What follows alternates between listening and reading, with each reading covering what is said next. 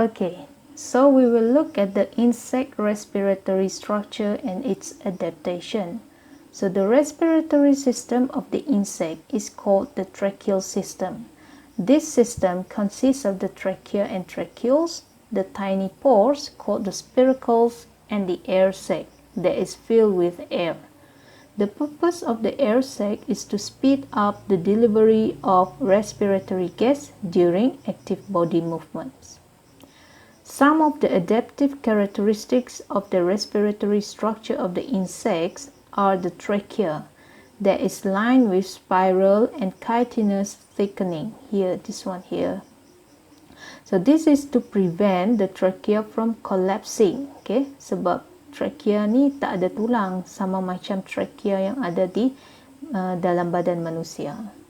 The trachea branches out into a finer network of tubes called the tracheoles. So the tracheoles is the respiratory surface. So this is where the gases exchange actually occurs, right? Okay, the tracheoles. Tracheoles have moist and thin permeable walls. This is to facilitate gases to dissolve or gases absorption to occur more easily. There are also numerous tracheoles inside the tracheal system of an insect. So this will provide a large total surface area for the exchange of gases. The spiracles, which is the small pores that can be found in the thorax and the abdomen of the insects. Spiracles are surrounded by hairs. This is to prevent the entry of the foreign particles. Spiracles also have valves that control the opening, right? So now we move on to the fish respiratory structure and its adaptation. The respiratory structure of the fish is the gills. So gills is protected by the operculum. As you can see from this picture, the gills are red in color, and you will know why it is red in color later on. Okay. So each gill is made up of filaments that is supported by the gill arch. So this is the gill arch and this is the gill filament. Alright, so what are the characteristics that allow the efficient respiratory gases exchange in the fish? Okay, the filament, they has many thin and flat projections called the lamella. Okay. So a large number of the lamella is actually to maximize the surface area for gases exchange. The lamella membrane is also thin, okay, nipis, that is to facilitate the efficient exchange of gases.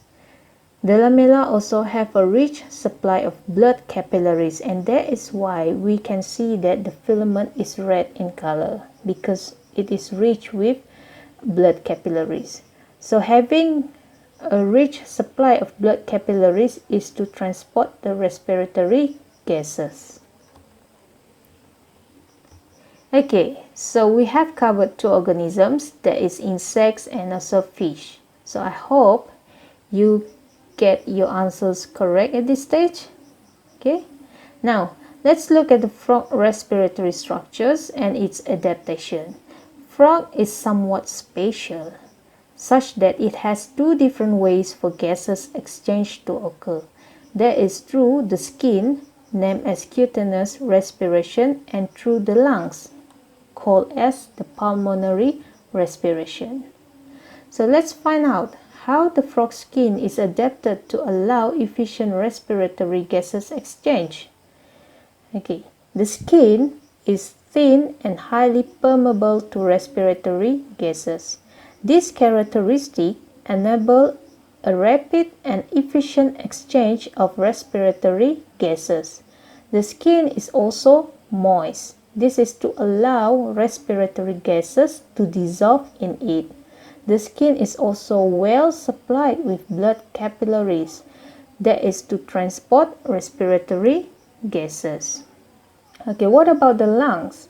So the lungs, they have numerous inner partitions folded here, as you can see from the diagram here. So this is to increase the total surface area. The lungs, the membrane of the lungs is also thin. So this is to enable the efficient diffusion of respiratory gases. The membrane of the lung is also moist. Okay, so this is to enable the respiratory gas to dissolve in them. And the lung itself is supplied with a rich network of blood capillaries to transport the respiratory gases. So, banyak persamaan kat sini di antara tiga organisma yang kita dah tengok ni. Alright, that is to increase the TSA to volume ratio. The membranes is always thin, the membranes are always moist, and also supplied with blood capillaries. Okay, so these are all similar adaptations that will help for efficient respiratory gases exchange. Okay, now we look at human respiratory structure and its adaptation. So I am sure that all of us are very familiar with this structure here, right? So this is alveolus. The plural form is named alveoli. It is the human respiratory structure. Do not get it wrong with the lungs, okay? Lungs is the respiratory organ, right? So the diagram here shows you where our alveolus is located. It is in here.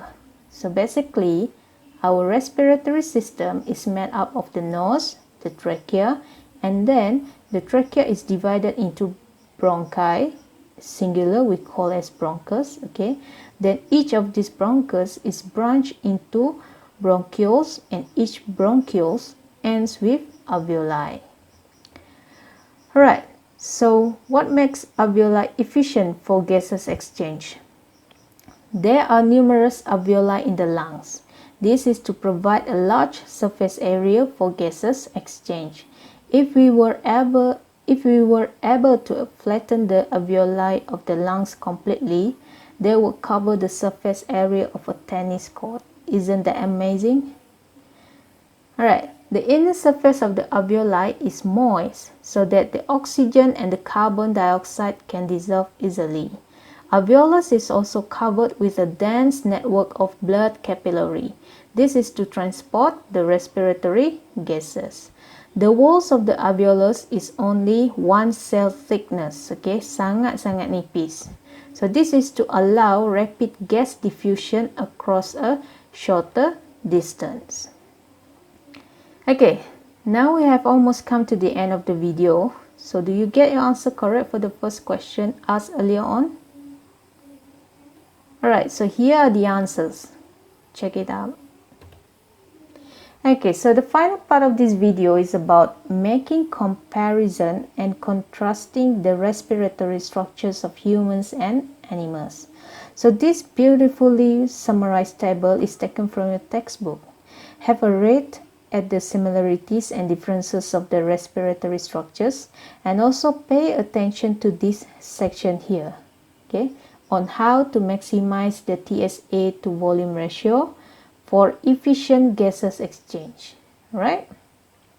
Okay, the sessions ends here, so stay tuned for more videos. Bye bye.